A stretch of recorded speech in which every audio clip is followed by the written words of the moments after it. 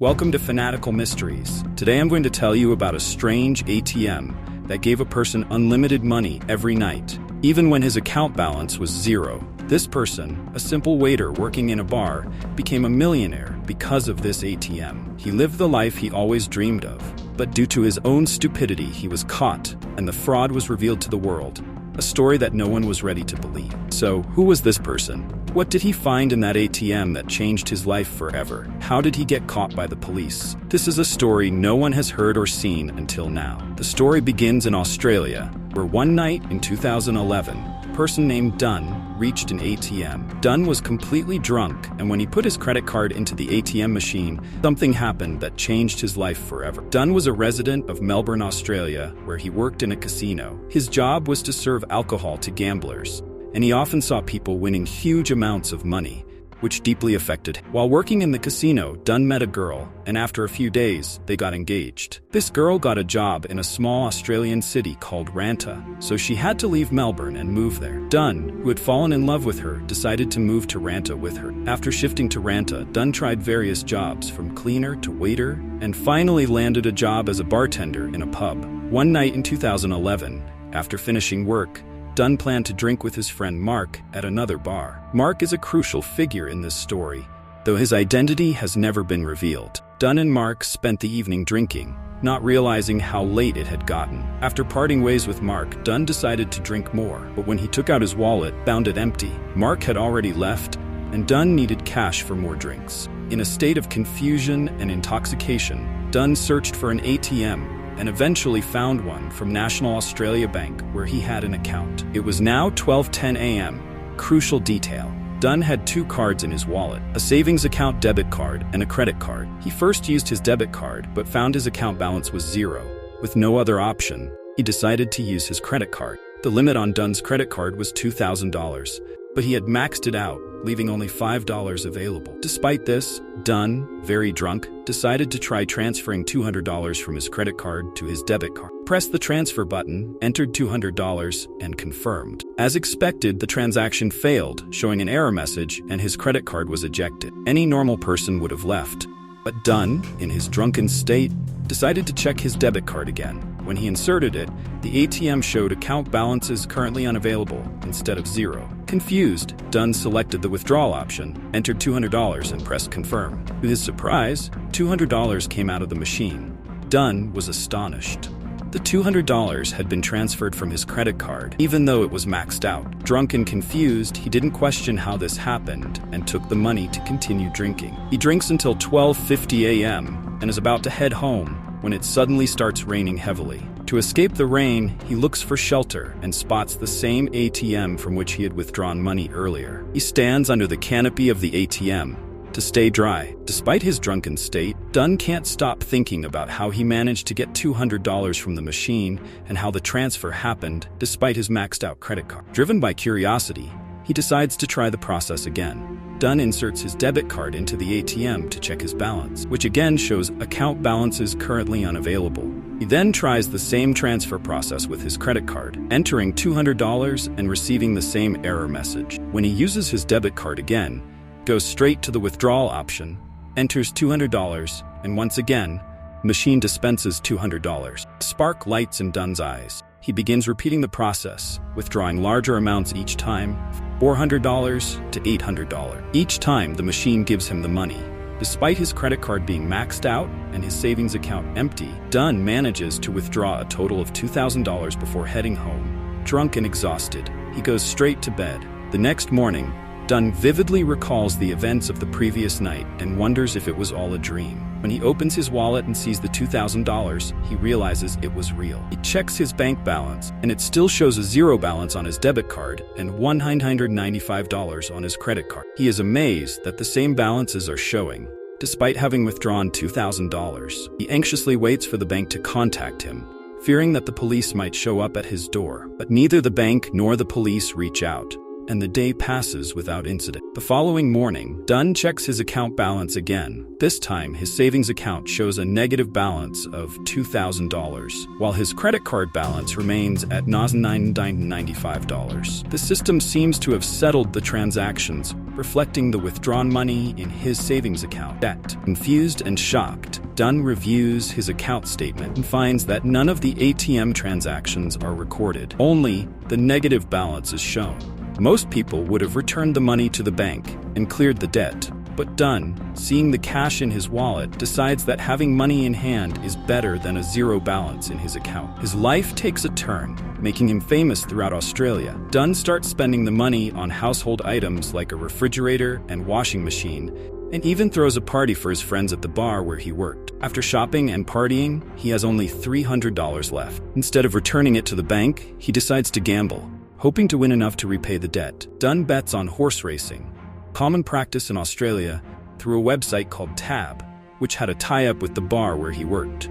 Unfortunately, he loses all $300 and returns home empty-handed. That night, Dunn starts thinking deeply about the entire ATM incident. His interest grows, and despite not having a technical background or being a hacker, he identifies a loophole that could change his life forever. After hours of thinking, he realizes the key factor is the timing of the withdrawals. The night he withdrew money, it was after 12 a.m. He decides to try withdrawing money from the same ATM after midnight again. A few days later, Dunn returns to the same ATM late at night after his shift at the bar, waiting until after 12. At 12:05, he inserts his debit card, which now shows a balance of $2,000. After withdrawing money from the machine, Dan inserts his credit card. Despite knowing his credit card limit is maxed out, he transfers $1,000 from his credit card to his debit card. As before, the transaction shows an error message and returns his credit card. He then inserts his debit card again and sees his savings account balance change from $82,000 to -$1,000. This confirms that the $1,000 transfer was successful,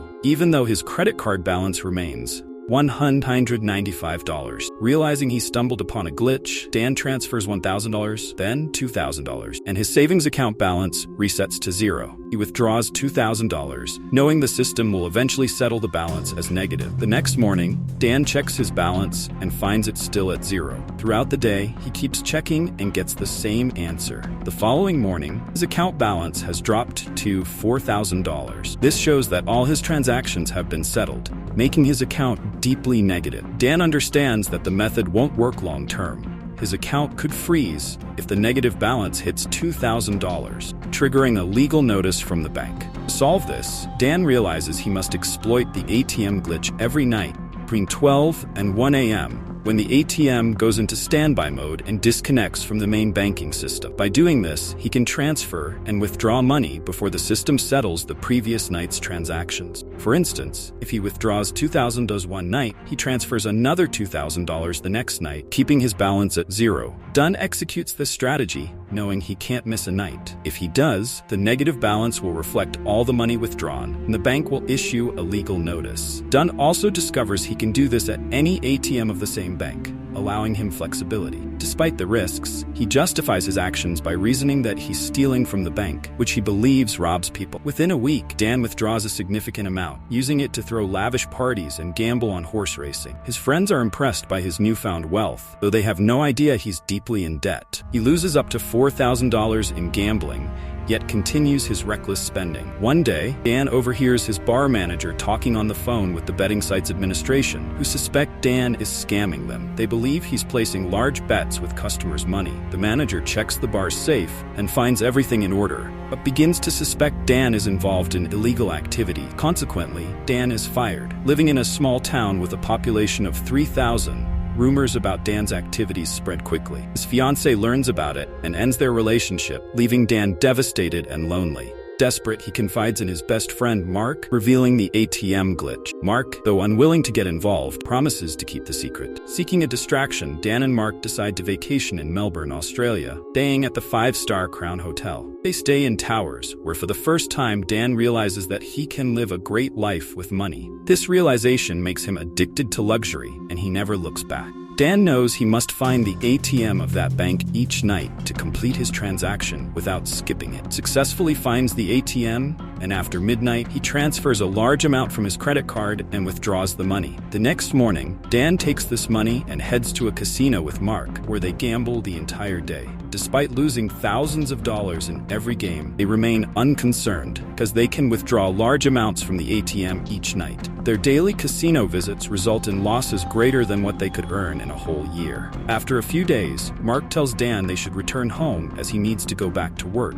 However, Dan, now accustomed to luxury, decides to stay in Melbourne. Dan faces difficulties withdrawing large amounts due to cash limits at the ATM. So he makes a risky decision to go inside the bank to withdraw money. Dan's account balance had become almost $100,000 in just 1 month due to daily withdrawals and transfer. This creates a psychological hurdle for Dan because he knows he's stealing and fears being caught by the bank or the police. Despite his fears, Dan goes to the bank to withdraw a large amount, cautiously inquires about his account balance from a bank employee who tells him there's $3,732.7 in his account, asks how much he'd like to withdraw. Feeling more confident after seeing the employee's normal behavior, Dan decides to withdraw $100,000. The bank employee needs approval from the manager, causing Dan's fear and nervousness to increase as he waits. After 25 minutes, the bank employee returns with $100,000, relieving Dan's anxiety and boosting his confidence. Withdrawing such a large amount made Dan realize he could get as much money as he wanted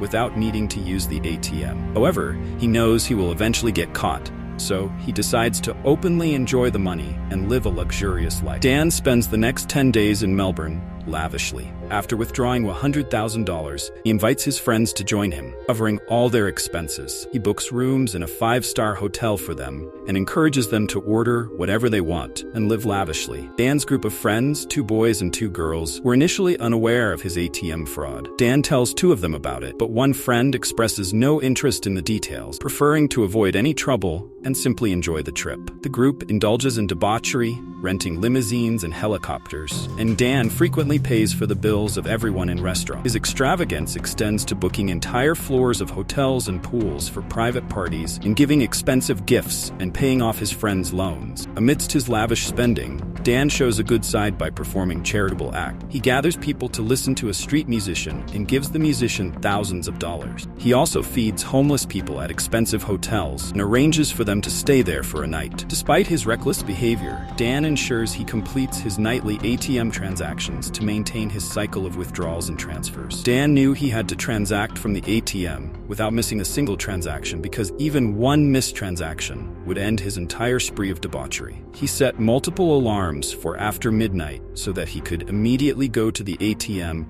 and complete his transaction between 12 and 1 a.m. 4 months had passed since Dan began withdrawing money from the ATM, and the most shocking thing was that he had already withdrawn $1 million without the bank or the credit card department noticing. Once, Dan rented a plane for $90,000 and flew to Bali, Indonesia, renting the entire island for 2 days to indulge freely in debauchery. Since there was no ATM on the island, Dan gave both his credit card and debit card to one of his friends, along with a special ticket, instructing him to complete the transactions every night without fail. Although Dan was living his dream life with this money, he was constantly afraid the bank would detect his fraud and that he would be caught. This fear and stress prevented him from sleeping peacefully. To cope, he began drinking heavily, and eventually the mental pressure of 5 months took its toll. When Dan realized he could no longer handle the pressure and fear, he called his 3 friends, including Mark, and told them he was done with it all. Dan also told them that he would make one last withdrawal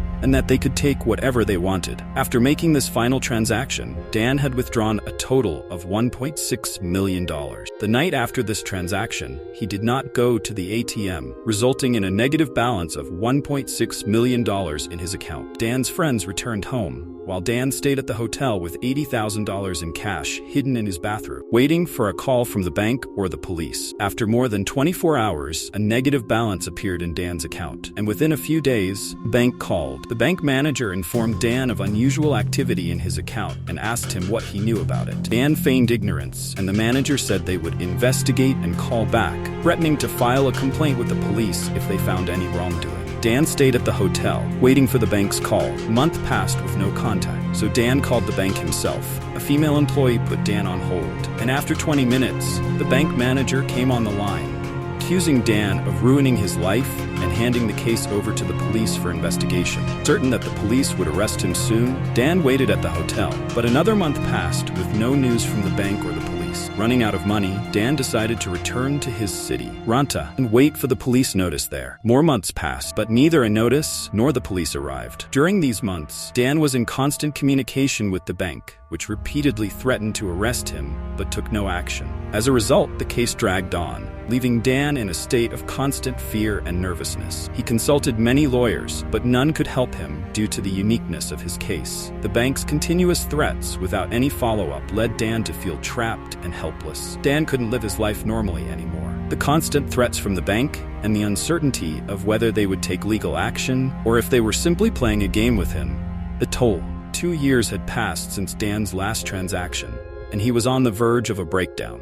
Desperate to end the ordeal, Dan decided to take a risky step. He contacted Australia's most famous newspaper and shared his entire story. They invited him for an interview and arranged a suit and a dummy plane for photos to depict the luxurious life Dan had lived. However, when the article was published, it received little attention, and the bank remained indifferent. Frustrated, Dan reached out to the producers of Australia's most popular TV show, Current Affairs. They were impressed and invited him to film a documentary over a week. Producers rented hotels, planes, and cars to recreate Dan's extravagant lifestyle. After filming, Dan eagerly awaited the broadcast, certain that public pressure would force the bank to act. However, when the show finally aired, it ended with a shocking twist. Producers denied every detail of Dan's story, labeled him a fugitive, and claimed a police warrant had been issued against him. They urged viewers to inform the police if they had any information about him. Dan was stunned and confused, unable to believe the producers had fabricated such a story after he had willingly come forward. To make matters worse, a producer from the show emailed Dan that same night, complimenting his charisma and inviting him to collect photos and documents from the office. Despite feeling something was off, Dan, desperate to end this ordeal, decided to follow through. He arrived at the show's office the next morning and was immediately surrounded by photographers. Before he could react, a police officer approached and arrested him, all while being recorded by the photographer. Dan realized the channel had set him up to sensationalize their show and boost their ratings. At the police station, Dan's fingerprints were taken, but he was put in jail without being questioned. A lawyer was assigned to him, who then made several shocking revelations. The officer who arrested Dan was not the investigation officer for the case and was actually a friend of the show's producer, who had orchestrated the arrest for the show's dramatic ending. Dan's biggest shock came when he learned that the bank had never filed a complaint against him, nor initiated any investigation. The bank's threats had been a ruse to intimidate him into returning the money, as they feared the public would lose faith in them if the fraud was exposed, leading to a drop in their share price. Even after Dan's arrest, the bank issued a statement distancing themselves from the case to avoid revealing their flawed banking system. As a result, Dan was sentenced to just 1 year in jail because the bank refused to testify, not wanting to disclose their vulnerabilities. After serving his sentence, Dan was released and went on to give interviews and write articles about his story. He revealed that while he had admitted to withdrawing $1.6 million, the exact amount remained unclear due to the bank's silence. Dan's story exposed the dark and dirty side of both the media and the banking system. Despite the ordeal, Dan found a sense of relief in finally confronting the truth and rebuilding his life. How did you like this story? Do let us know in the comment section. Like and subscribe to the channel. See you in the next video.